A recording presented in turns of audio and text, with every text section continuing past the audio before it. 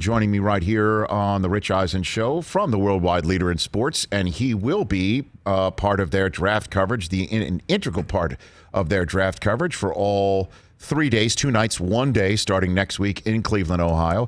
Also, one of the expert analysts on Monday Night Football, Riddick, back here on the show. How are you, sir? Rich Eisen, how are you, man? Thanks for having me back. Better for talking to you. All right, Lewis, let's get into it. I've asked this question of many, so I appreciate your insights that you will be adding to this. Is it your belief, is it possible that the Niners made this maneuver from 12 to 3, using all the draft capital that they used to go get it, to choose a position that will only serve as an evaluation all the way through to the draft? Or did they know who they were going to go get at number 3, assuming that Wilson and Lawrence would be off the board? Your thoughts? Yeah, I think they had an idea of who they wanted. I think they obviously, Rich, I think all personnel departments will leave themselves open to changing their mind simply because you can always get information later on in the process that can possibly sway you, especially if you have some guys who are very closely grouped, which when we're talking about quarterbacks and we're talking about these specific quarterbacks, there's no way you can definitively say that between Trey Lance, Justin Fields, and Mac Jones, that one is just head and shoulders above the other in terms of being a productive, high-level performer in the NFL. There's no way you can say that. You could subjectively argue one guy for another based on what your tastes are and what, I don't know, whatever you perceive to be, something that you see that somebody else doesn't see. But all things being equal, there's no way you can say that one guy's going to be so much better than the other. And I think with San Francisco, I think even if they have an idea of who they wanted, even if they had an idea of who they were going up to get, I think they're going to leave themselves some wiggle room to say, hey, look, if somewhere here late in this process somebody just blows our doors off and we wind up getting a level of comfort with them that we didn't have previously, then we can change our mind. And look, I always tell this story. Look, that kind of thing, it isn't always that, you have to know because everyone thinks that you have to know what you want to do. Because if you don't, I've heard people say, well, it's just irresponsible for them. No, it's not. It's not irresponsible for them to do this. They can do whatever the hell they want. Because in the end, if the guy winds up being the right guy, and maybe it was someone who, they didn't initially think that they had favored, and then they wind up winning the Super Bowl, are we going to hold it against Kyle and John and say, well, that isn't who Adam Schefter said you were going to pick? So you know what? We're not going to celebrate that. Damn it, you pay too much for that guy. So guess what? It can't. No one cares in the end. You just care about getting it right. We did that in 2004, Rich, when I was in Washington. We went in the night before the draft saying we were going to draft Kellen Winslow Jr., Kellen Winslow II, whatever. The night before the draft. We had a big meeting the night before, the entire personnel department, entire coaching staff, and we were arguing like kids in there about who would be the better pro. And it was damn near 50-50. The next morning, we come back and we flipped it. Sean Taylor first, Kellen Winslow second. We draft Sean Taylor. He's on his way to a Hall of Fame career before he's taken away from us. And it was the smartest move we could have made.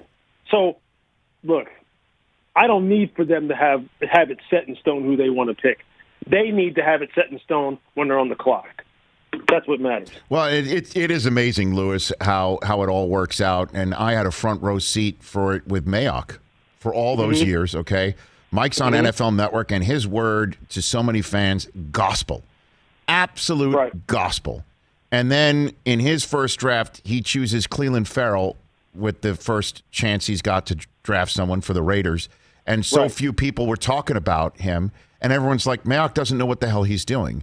Whereas if Mike was on NFL Network pounding the table for Ferrell all along, and somebody else for the Raiders drafting chose someone other than Ferrell, fans would have been like, why the hell didn't you choose the guy that Mayock wanted? You know? And Mayock's the one who's now actually making the pick. Folks are like, well, wait a minute. I've heard this name for 3 straight weeks. I didn't hear that name. This person doesn't know what they're doing. So the concept is it was Mac Jones. Now it's Justin Fields. And I asked this of Ian Rappaport, what's changed? Or it's just our viewpoint of it, right? So what do you think would be the best choice for the Niners 3 overall, Lewis? You know what, man? See, that question, I can't.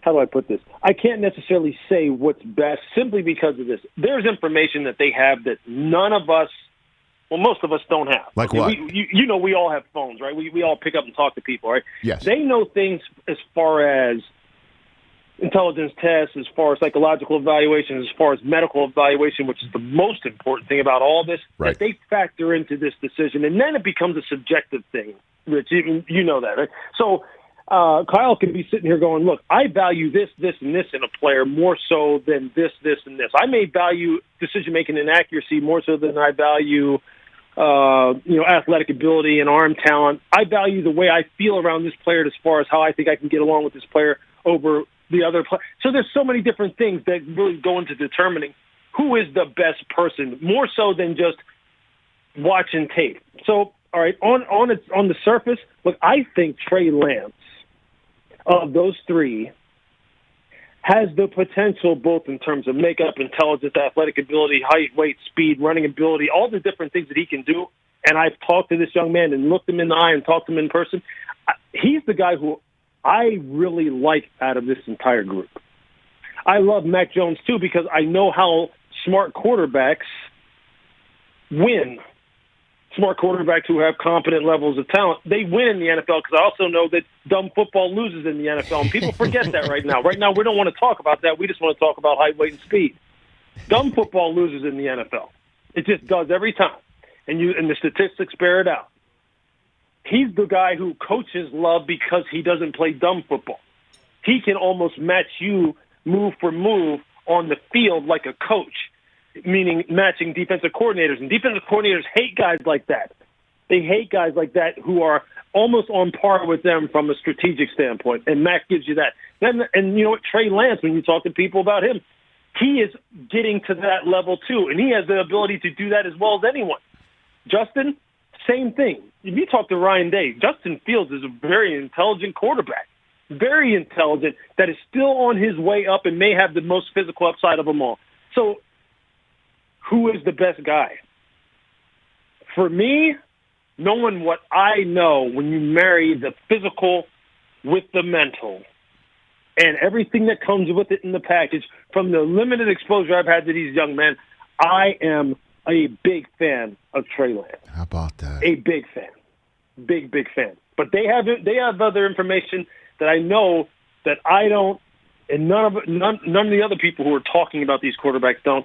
So just be prepared. As you know, you've done this a long time. When you're sitting in that seat next Thursday night, be prepared for anything, because anything can happen, and it probably will.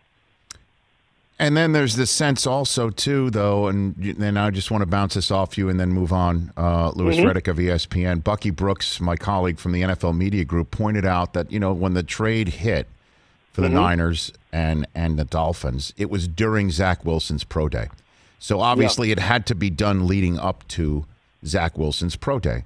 So thus the quarterbacks that were potentially being traded up for the Niners to get, and that they would have been happy with, if you will, included Zach Wilson as they were making this trade.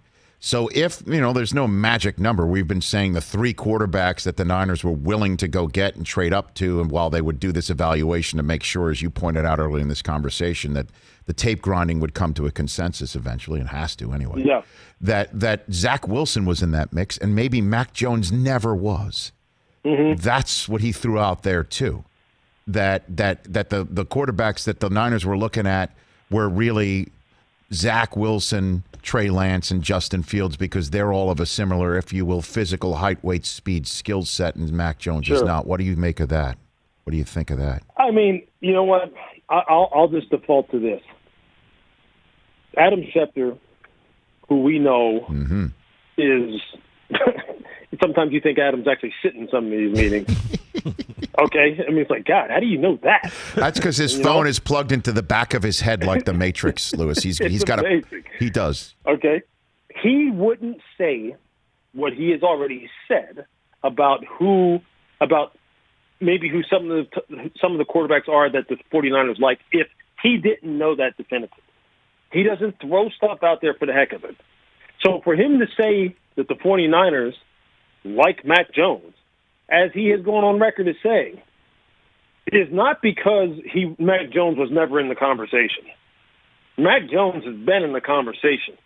I've been told Mac Jones has been in the conversation. So this is not one of those where actually, they're just kind of running a smoke screen and kind of leaking out there that he is, but he's not. No, he is. He's definitely in it, for sure. As far as Zach Wilson is concerned, I'll say this. Mm-hmm. Steve Young has said, and Steve, obviously Steve's dialed into BYU. Yep. Steve's dialed into the 49ers. Steve has said, 49ers would love to get their hands on Zach. So there's no question that they would love to. Who knows? Maybe the Jets, for some reason or another, which I can't foresee, don't pick Zach. Oh, please. Wouldn't that make it a pretty fun night next Thursday No, night? It would not, Lewis. And yes, it would. No, it would not. And the host sitting next to you would agree. That host sitting next to you know what? That's true, too. He'd probably pass out. We'd have to get somebody else to go. I might have to slide over in that chair, and then all hell would break loose. I think Reese Davis would have to host all 3 shows at that point. That's true, too. He better be ready. True, too. But you know what? I think there's no question that they would like to have him, too. I mean, most of these quarterback coaches would. I mean, Zach's a phenomenal talent, man. I mean, right. This is what's so, I've said this so many times. Quarterback evaluation, we're so predetermined right now to believe that quarterbacks have to look a certain way from an athletic and aesthetic standpoint in order to win. But, man, I mean, let's go back 10, 15, just go back from this year and just work backwards 10 to 15 years. And when we start playing the games and you start hosting shows on Sunday mornings and talking about games, what is the keys that we always kind of revert back to as far as how a team is going to win or not lose? What do we talk about? Situational football, turnovers, not throwing interceptions, making smart decisions. We don't say, well, this guy has to make this off-schedule 50-yard throw, sidearm, body parallel like Patrick Mahomes in the Super Bowl. We don't talk about that. Right. And yet, at this time of year, we're just drunk with the height, weight, and speed measurables. I mean, just absolutely intoxicated on our behinds talking about it. And we know then when we get back to the 11-on-11, there's just certain things that in the NFL over time have always determined the outcome of games and always will. And that's why we just forget about it at this time of year. And I think we have to remember that coaches value certain things at a much higher level at all times of the year, not just when the games are starting. And right now is one of those times of year where they're sitting in meetings and they're talking about this kind of thing. And that's why a guy like Mac Jones, for as much as people may hate the way he plays the game relative to the superstars in this league, he is in the mix, man. Okay. He is in the mix, and he's going to play a long time in the NFL. Couple more minutes left with Louis Riddick here on the Rich Eisen Show, ESPN analyst, as well as NFL, NFL Live analyst, and he'll be on the draft set on Thursday night and throughout for ESPN, and also in the Monday Night Football booth, the hyphenate, here on the Rich Eisen Show. You said that we're all drunk on height, weight, speed this time of the year, so we must be doing bed spins over Kyle Pitts together. No doubt. So walk me through the Falcons draft room and meetings with Arthur Blank right now, best you can. Take a guess. What do you think? What a tough situation they're in it for. Okay, it sounds like a good situation, but it's a tough situation. So you're trying to balance the short term with the long term. Take care of this team right now. How do we help this team win immediately? Because fans want to see wins. Otherwise, they don't come to the stadium. Versus how do we plan for 4 or 5 years down the road, especially at quarterback in the event that Matt Ryan hits some kind of wall that everyone hits, supposedly, except for Tom Brady. And we have to have a plan of succession.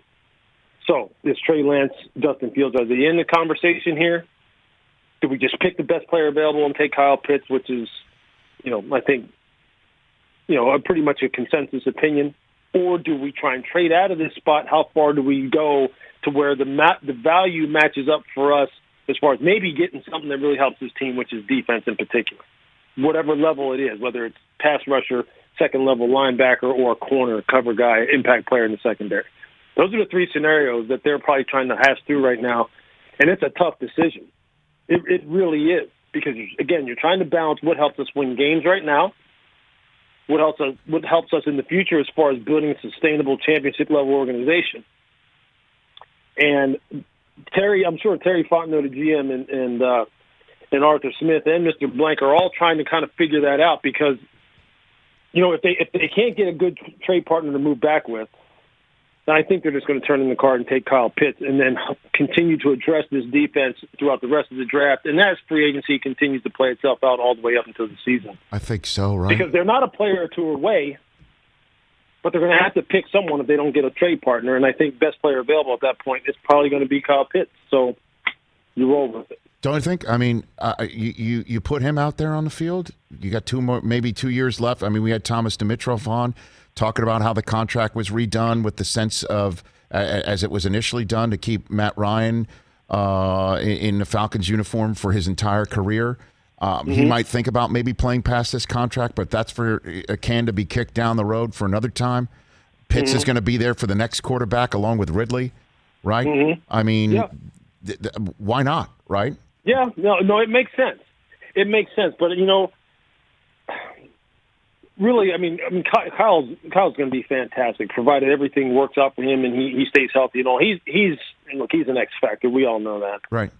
But they have to make sure that whatever personnel acquisition vehicle that they use, they better make sure they get some firepower on defense. Or Rich, they're not going anywhere. That's true. They're not going anywhere. I don't care how pretty it looks on the perimeter for them. They're not going anywhere. They just aren't. You can't survive the way that team is presently constructed, which is so offensive heavy. Everything's about offense, scoring points, and it's all about perimeter. That's where all their production is coming. Quarterback, wide receivers, the pretty glitz and glamour positions. The meat of that team is weak. The offensive line isn't as strong as it needs to be. They can't rush the passer to save their soul. They've thrown so much money at it. Now they've had some better pressures and better pressure percentage last year in particular. But they need to put quarterbacks on the ground. They need to get off the field on third down. They need to play a high efficiency level, a high level of defense in terms of efficiency rate. And they just don't. And they've got to get some better players. So unless they do that, and Kyle Pitts is nice, and that's an easy pick. But what else are they going to do to build that team? And that's really what their problem is going to be going forward. Lewis, thanks for the time. When I see you in Cleveland, know in advance I'm double vaxxed. And I look forward to it. And then Same, brother. Same. And look for my call after the draft, too. I'd love to have you back on to get your 2 cents on it. I really, truly enjoy your perspective, and I look forward to seeing you soon. Absolutely, my man. I'll see you up there. All right, back at you. That's Louis Riddick. Must follow on Twitter at LRiddick ESPN. Hey, you watched all the way to the end. Thanks for that. Watch more right here.